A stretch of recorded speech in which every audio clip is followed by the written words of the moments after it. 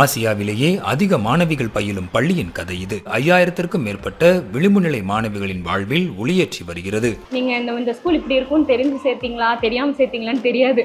ஆனா நான் இந்த ஸ்கூல்ல சேர்த்ததுக்கு ரொம்ப பெருமைப்படுறோம். நீங்க என்ன பிரைவேட் ஸ்கூல்ல சேர்த்திருந்தா கூட நான் இவ்வளவு சந்தோஷமா இருந்திருக்க மாட்டேன் அப்படின்னு நிறைய டைம் சொல்லுவேன்.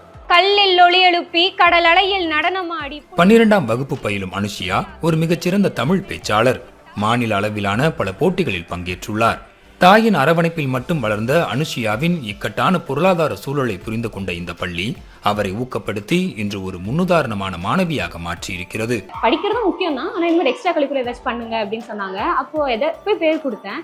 அப்போ மேம் வந்துட்டு நல்லா பேசுறீங்க, இதை இன்னும் நிறைய பாயிண்ட் இருந்தால் நல்லா இருக்கும் அப்படின்னு சொல்லி அன்னைக்கு நிறைய பாயிண்ட் எடுத்து கொடுத்து ஸ்கூல்ல ஸ்டேஜில் பேச வச்சாங்க.